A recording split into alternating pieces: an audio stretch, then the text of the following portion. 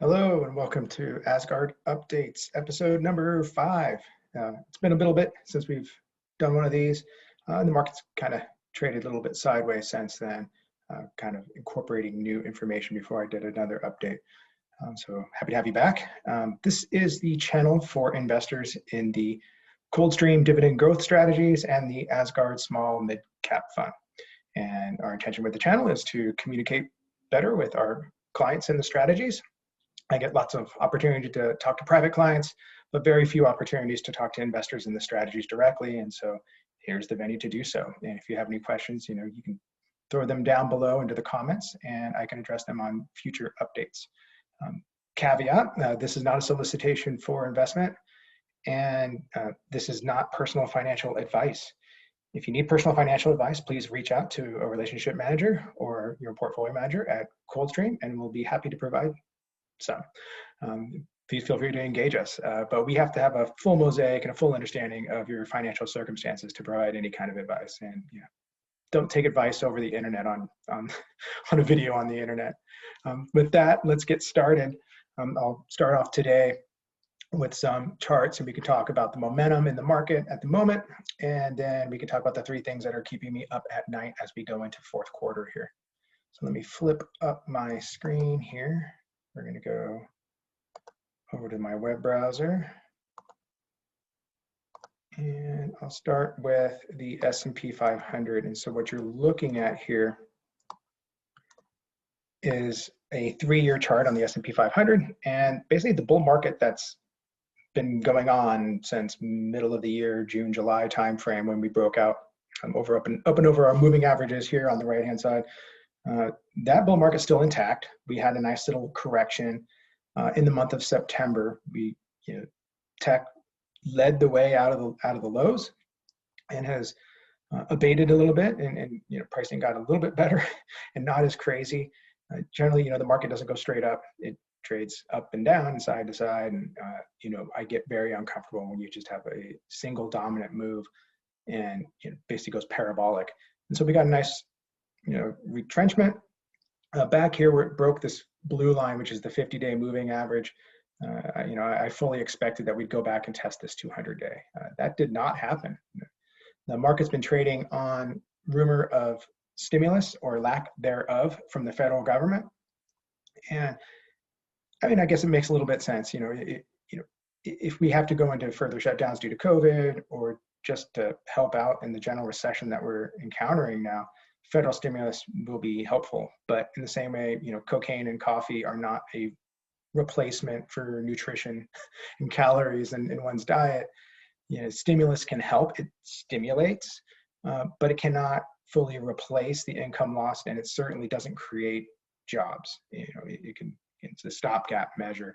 And so I wouldn't look for a durable increase in earnings based on a stimulus package.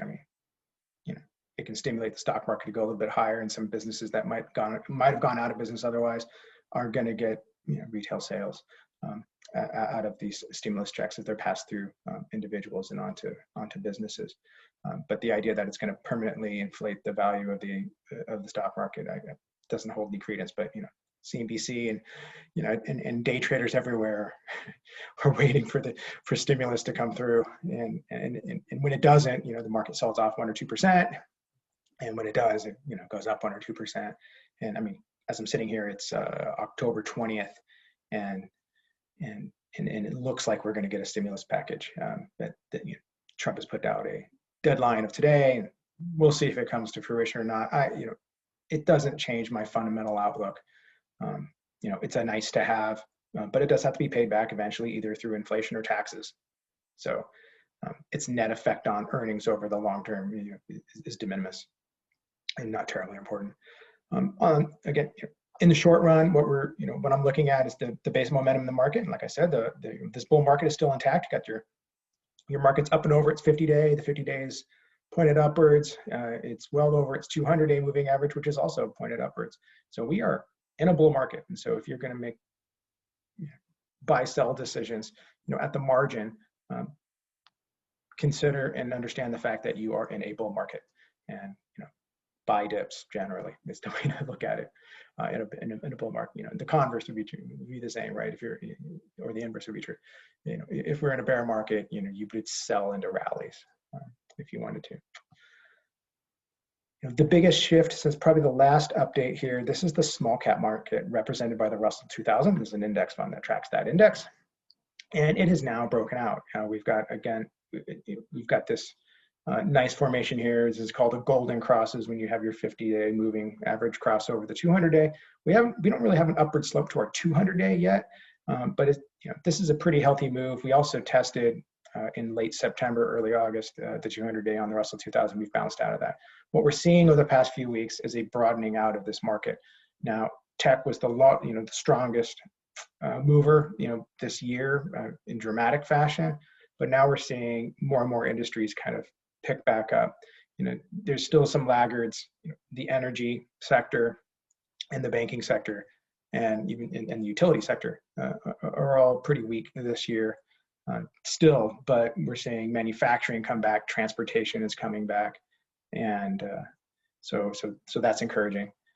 And we haven't quite reached the old highs in February, but that's probably the next leg for this breakout. You know, again, I think this is going to be trading on stimulus. If we don't get stimulus, maybe the next breakout move is going to be, you know, removed by a few months or more until we can work our way through this recession. And I'll address the fundamental issues here in a minute. Likewise, small caps, and this is the value index.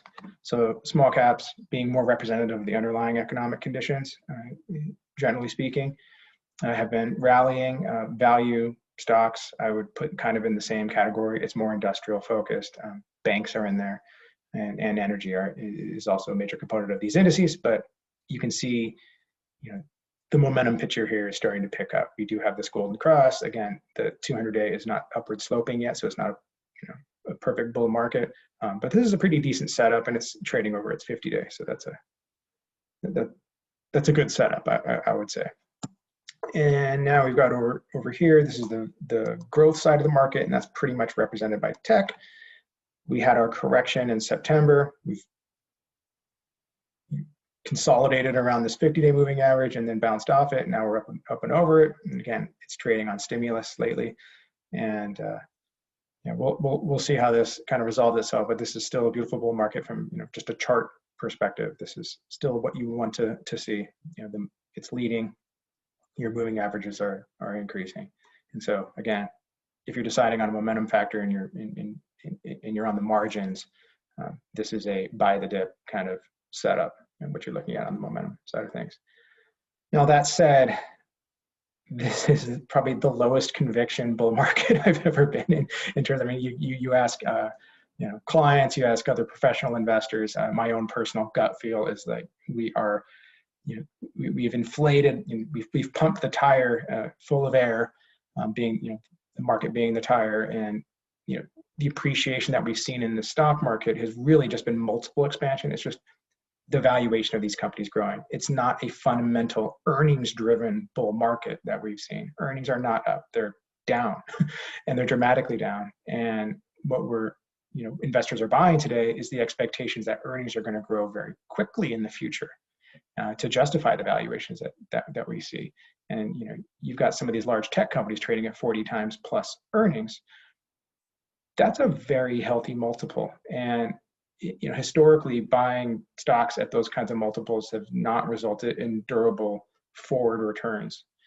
You go back to 1999, you didn't make money for a decade had you bought the market with those valuations. And we're kind of getting in a similar setup now with the euphoria around the tech market. And I understand it. I mean, the Federal Reserve has crushed interest rates to a level that you can no longer earn the inflation rate in cash or bonds, just in risk-free treasury bonds.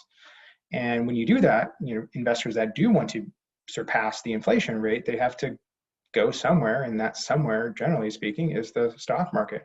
Now, if you're going to be thrown into the stock market, where are you going to place your money? You know, investors are looking and say, look, there are companies that are growing their earnings and they're growing their revenue in this recession. I'm going to put my money there. And so and they're not price conscious about it. So they just, I'll buy more of the Microsoft, I'll buy more of the Apple, I'll buy more of that Google, Netflix, and these companies that I know are succeeding. And then as the economy recovers, maybe investors will start spreading their bets out to other sectors. And we've started to kind of see that this month. Now on to the things that are keeping me up. Well, valuations are one of them, but that's really not, it's not my biggest concern. I think the Fed has created this bubble in terms of valuation with negative real interest rates, that negative inflation on risk-free assets, or sub-inflation returns on risk-free assets. And they're pretty much on record saying that they're going to continue these low rates for a long time until they see inflation substantially above 2%. And so if that's the case, this bubble can last a really long time. I don't think it's a phenomenon that we'll see resolved in the short term. I think so long as negative real interest rates prevail, we will have inflated asset prices in the equity market relative to the historical averages. But this is the thing that's keeping me up currently. And so I think the near-term risks, for the fourth quarter of 2020 is the return of COVID. Now we're seeing demonstrably higher infection rates in Europe. At the moment, in orange here on the screen, you can see the United Kingdom. This is the 7-day trailing average. These charts are normalized for population so that they're comparable, and the rate of infection is skyrocketing. Now, the numbers on the left side of the screen and the right side of the screen are probably not comparable, because back in spring, when those spikes that we saw in the infection rates back then, you could probably double or triple those numbers in terms of the actual infections that were happening. The only people, tests were limited, and the people that were getting positive confirmed cases were really the sickest of the sick that were in hospitals and getting tested. Nowadays, there's rapid testing, there's a lot broader adoption of testing, broadly speaking, across the populace. And so you're going to get more case counts. So I don't think those, they're perfectly comparable, but what's important to me as an investment decision maker is what is the trend and what are policymakers going to do about it. And if you look at what's happening in the UK right now, it's lockdown, lockdown, lockdown. And they're trying to be smarter about the lockdowns, instituting curfews and shutdowns of bars, and being more selective about it. But the effect is essentially the same. And as these numbers get worse, you can expect that volume dial in terms of how restrictive the governments are going to be is going to get cranked up as these numbers get worse and hospital capacity starts to hit its upper limits again. So in green there, you can see the European Union. It's basically the same trajectory as the UK. Everyone came back from vacation, went back inside, and boom, there you go.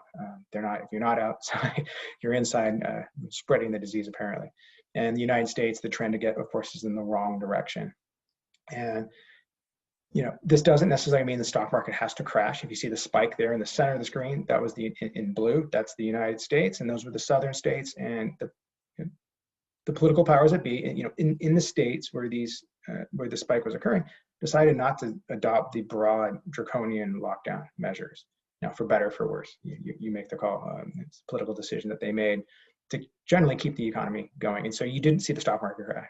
Right, the stock market crashed when there was a broad acceptance and broad adoption of very severe lockdowns. And I don't know if lockdown 2.0 in the United States is forthcoming. I actually don't think it is. I mean, certainly not nationally. We have many states that just simply will not lock down. But you could see it regionally. And if you shut down, the Northeast corridor and the West Coast, you're gonna affect GDP. So that is something to be worried about. I think we're probably a few weeks away from seeing, dramatic numbers that are going to start influencing policymakers, and so that's going to coalesce probably around the election time. And so we probably have a few more weeks before we really start seeing further lockdowns, or even them coming into play. But this is worrisome. It's going in the wrong direction, and certainly could lead to another dip in the GDP and certainly in the stock market if we get more lockdowns, in fourth quarter. Kind of take the wind out of the market. And I don't have a fancy chart for this. The number two thing that's keeping me up at night is the election itself. Actually, I'll go back and I'll pull up this S&P 500 chart. What you're looking at here, this in late 2018, the market sold off by about 20%. And it was kind of this nada, meaning nothing sell-off, bear market, whatever you want to call it, based on the idea that the government was going to shut down and we wouldn't have funding for the government for some period of time. There was an impasse between Republicans and Democrats in funding the government. That was a 20% sell-off. If we don't know who our government is by the middle of November, I can imagine it's going to affect investor confidence in a meaningful way. A lot of that air that we've pumped into the bicycle tire of valuations is going to start coming out. People are probably not going to be, investors are not going to be confident in these valuations if we can't resolve, who's going to lead our government, whether it was a blue sweep, red, whatever, who the president is, Bush Gore times 500, because it's become socially acceptable lately to get in the streets and yell at your neighbors for not aligning with your political views, and we can expect to see more of that, I think, in a more dramatic fashion if the election is contested, in which I think it's going to be contested in multiple states, and it's going to have to go through the legal channel of those multiple states, and so we just might not know how the election is going to be resolved for a long period of time. Now, unfortunately, the Constitution, if there's not a clear electoral majority, right, in January, Congress gets to decide. So, I mean, we will eventually have a president, but I think in the interim, not knowing that uncertainty is going to could lead to a multiple contraction in the stock market, similar to what we saw in late 2018 with just a simple government shutdown. And then the third thing keeping me up is just the general economic conditions. We're not out of the woods in this recession. And so what you're looking at here, this is retail sales. This is everything. This is online spending, retail, food spending, going out to dinner and all that kind of stuff. And it's one of the most, the smoothest lines, smoothest data series that you'll find in economics. Retail spending tends to be very, very stable and growing. Number of people have their wants and they go after them and they spend them. And so you'll see we're at an all-time new high in retail sales. And I think that's one of the reasons that you're seeing the stock market at the level it's at, because despite the fact that we've lost a lot of jobs, there has been a lot of spending. And so it's a combination of things, right? It's the government stimulus. So there's PPP money that kept a lot of people employed. There was unemployment insurance that kept the money spigot on so people could spend on their essentials and needs. And then there was the stimulus payments, which actually kind of juiced things a little bit and gave people extra money to spend. And so all those things coalesced into greater retail sales. Now, I'm a bit worried because the employment picture, in the absence of new stimulus, where's the next retail sale dollar going to come from? Well, it can come from savings, but savings eventually runs out. So what you really need is fundamental job growth. And we're not seeing enough of that. I mean, so if you follow the financial press, almost all eyes are on this figure, which is just your initial claims for unemployment insurance. So we had this massive spike, unprecedented in history in terms of job losses back in spring. And it's been declining ever since, and it's starting to flatten out here a little bit. So, but these are still elevated levels, far in excess of what we saw in 2008 and 2009. I'm not sure if you were around back then or paying much attention, but that was a really rough recession to live through. And it took us a long time to get those jobs back. And so the fact that we're still printing more unemployed people at rates that we hadn't, that we saw in the last recession, that's not encouraging. We really do need strong, positive job creation in order to kind of get us out of this thing. And so coming over here, to dig a little deeper into the labor stats, this is probably the most worrisome for me, and I guess anybody else probably paying attention. This is the labor force participation rate. And so this is in decline. Now, continuing claims for unemployment insurance, that unemployment rate that people, is declining. Great. A lot of those people are just simply leaving the labor force. And what that means is they've run out of unemployment insurance and they haven't found another job. And so in economics, they just disappear. Well, the reality is they're not disappearing. These people exist and they need jobs and they need money and they need food and shelter and all those other things that we need in an economy. And you can see this rate, this dramatic decline. I mean, there's a couple of factors going on. I think schools being closed broadly in this country have resulted in many women in particular, not being in the labor force. They now have to homeschool their children. And so that is a massive impediment to economic growth. We need to get schools back open, and we need to get these women that are qualified and want to work back to work in order to grow this economy. And so the fact that this labor force participation rate is in decline means that we don't really have a durable base for job growth and earnings growth and and stock market growth at the end of the day. Kind of on that sugar high right now of stimulus. This is the other, another measure of where are the jobs, and this is the permanent job losses. Now, this is a lagging indicator, so this is not a good stock market timing tool because this will peak well after the market has troughed, but it shows us where we're going. And this area, when you get laid off or when you're filing for unemployment insurance, you either file as temporary or permanent, like the business is closed or I've been laid off permanently, not a temporary furlough. Maybe you've been watching Disney down in California. They furloughed all their employees for 3-4 months, maybe 5 months, maybe. Those jobs have now turned into permanent losses, right? Disney laid off 28,000 people permanently, and so this proportion, this number, to really have confidence in the future of the economic growth, you want to see this number declining, and it's still growing at a very steady rate, and so that's giving me pause. I think this number maybe gets more out there in terms of discussed in the broader financial press, and it may investor psychology at some point. But for now, everyone seems to be fixated on just the fact that the unemployment rate is going down.